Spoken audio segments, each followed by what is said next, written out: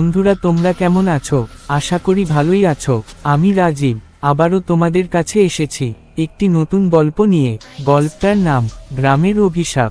বাংলার এক প্রত্যন্ত গ্রাম কালাপাহাড়। একসময় গ্রামটি ছিল সমৃদ্ধশালী, কিন্তু কয়েক দশক আগে এক রহস্যময়ী ঘটনা ঘটার পর থেকে গ্রামটি ধীরে ধীরে জনশূন্য হয়ে পড়ে। মানুষের মুখে মুখে প্রচলিত ছিল কালাপাহাড় অভিশপ্ত, এখানে গেলে কেউ আর ফিরে আসে না। লোককথা অনুযায়ী বহু বছর আগে এক তান্ত্রিক এখানে এক ভয়ঙ্কর পিশাচের আহ্বান করেছিল, কিন্তু সে তাকে নিয়ন্ত্রণ করতে পারেনি। সেই রাতেই পুরো গ্রাম নৃশংস হত্যাযজ্ঞের শিকার হয়। তারপর থেকে যারা সন্ধ্যার পর সেখানে গিয়েছে তারা আর কোনোদিন ফেরেনি। এই গল্প শুনে শহরের তিনজন তরুণ সাংবাদিক, রুদ্র, অভিজিৎ ও মীরা, ঠিক করল তারা কালাপাহাড়ের রহস্য উদ্ঘাটন করবে। তারা ভূত প্রেতে বিশ্বাস করত না, তারা মনে করত সবই গুজব। তিনজন এক সন্ধ্যায় কালাপাহাড় পৌঁছালো। গ্রামের প্রবেশদ্বারে একটি বিশাল বটগাছ, যার ডালে ঝুলছিল কিছু কালো কাপড়। গ্রামে প্রবেশ করতেই তারা বুঝতে পারল এখানে একটা অস্বাভাবিক নীরবতা। কোনো মানুষের সাড়া নেই। কিছু ভাঙা ঘর, শুকিয়ে যাওয়া কুয়ো আর ধ্বংসস্তূপের মতো বাড়ি পড়ে আছে। এক বৃদ্ধ তাদের সতর্ক করল, তোমরা যদি বাঁচতে চাও তবে সূর্য ডোবার আগেই এখান থেকে চলে যাও। কিন্তু রুদ্র হাসল, ভূত বলে কিছু হয় না বাবা, আমরা কাল রাতে এখানে থাকব। বৃদ্ধ ভয়াবহ এক দৃষ্টি নিয়ে বলল, তোমরা বড় ভুল করতে চলেছ। রাত 11টা, চারপাশের অন্ধকার আরও গাঢ় হয়ে উঠেছে। রুদ্র, অভিজিৎ আর মীরা ক্যামেরা হাতে নিয়ে গ্রামের নিষিদ্ধ পথে হাঁটতে লাগলো। হঠাৎ মীরা ফিসফিস করে বলল, আমার মনে হচ্ছে কেউ আমাদের দেখছে।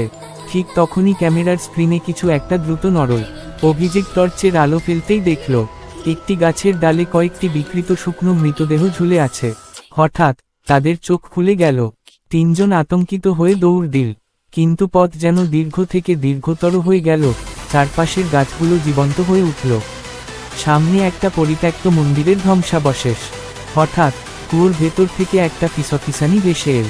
ফিরে যা, ফিরে যা, এখনই।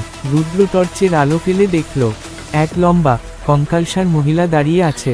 তার গায়ের চামড়া নেই, চোখ নেই, শুধু দুটি গভীর কালো গর্ত।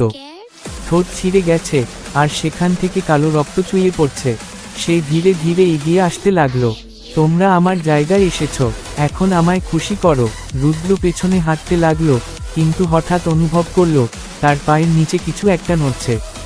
সেই নিচে তাকিয়ে দেখল এক জোড়া পচা হাত মাটি পুড়ে উঠে এসে তার পা ধরে ফেলেছে। রুদ্র চিৎকার করল, কিন্তু মুহূর্তের মধ্যেই তার শরীর ভাগ হয়ে গেল।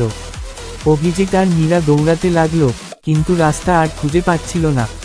চারদিকে অন্ধকারের মধ্যে শোনা যাচ্ছিল বিকৃত হাসি। তারা দৌড়ে একটা ভাঙা মন্দিরের দিকে গেল, যেখানে পুরনো শিবলিঙ্গ ছিল। হঠাৎ পেছনে থেকে এক নারী কণ্ঠ, এখনো যেতে চাও? থাকো না, আমিও একা। মীরা থমকে দাঁড়ালো, তার চোখ দুটো বড় হয়ে গেল। কেননা সে দেখল রুদ্র তার সামনে দাঁড়িয়ে আছে। তার চোখ, নাক, ঠোঁট সব যেন কেউ চেটেপুটে খেয়ে নিয়েছে। মীরা দৌড়ে পালাতে লাগলো, কিন্তু হঠাৎ তার সামনে এক পিশাচের ছায়া। দীর্ঘ হাত, বিকৃত মুখ, তীক্ষ্ণ দাঁত। এক চিৎকারের পর সব কিছু নীরব হয়ে গেল। পরদিন সকালে গ্রামের বাইরে দুটো দেহ পাওয়া গেল। একজনের গলা পুরো 180 ডিগ্রি ঘুরে গেছে, আর অন্যজনের মুখ ফাঁকা, যেন কেউ তার চোখ দুটি উপড়ে খেয়ে নিয়েছে। কিন্তু আশ্চর্যের বিষয়, রুদ্রের দেহ খুঁজে পাওয়া গেল না। তারপর থেকে কালাপাহাড়ে কেউ গেলে বাতাসে শোনা যায় ফিসফিসানি, আমি এখনো ক্ষুধার্ত।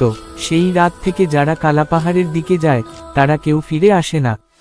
আজও বাতাসে শোনা যায় সেই নারী কণ্ঠ, আরও লাগবে, আরও রক্ত চাই, আমার ক্ষুধা এখনো মেটেনি। বন্ধুরা, এই ছিল আজকের গল্প। গল্পটা যদি তোমাদের ভালো লেগে থাকে তাহলে এরকম প্রতিদিন নিত্য নতুন গল্প শুনতে চ্যানেলটাকে সাবস্ক্রাইব করে দিও, আর একটা লাইক করে তোমাদের মূল্যবান কথা কমেন্টের মাধ্যমে জানিও। ধন্যবাদ।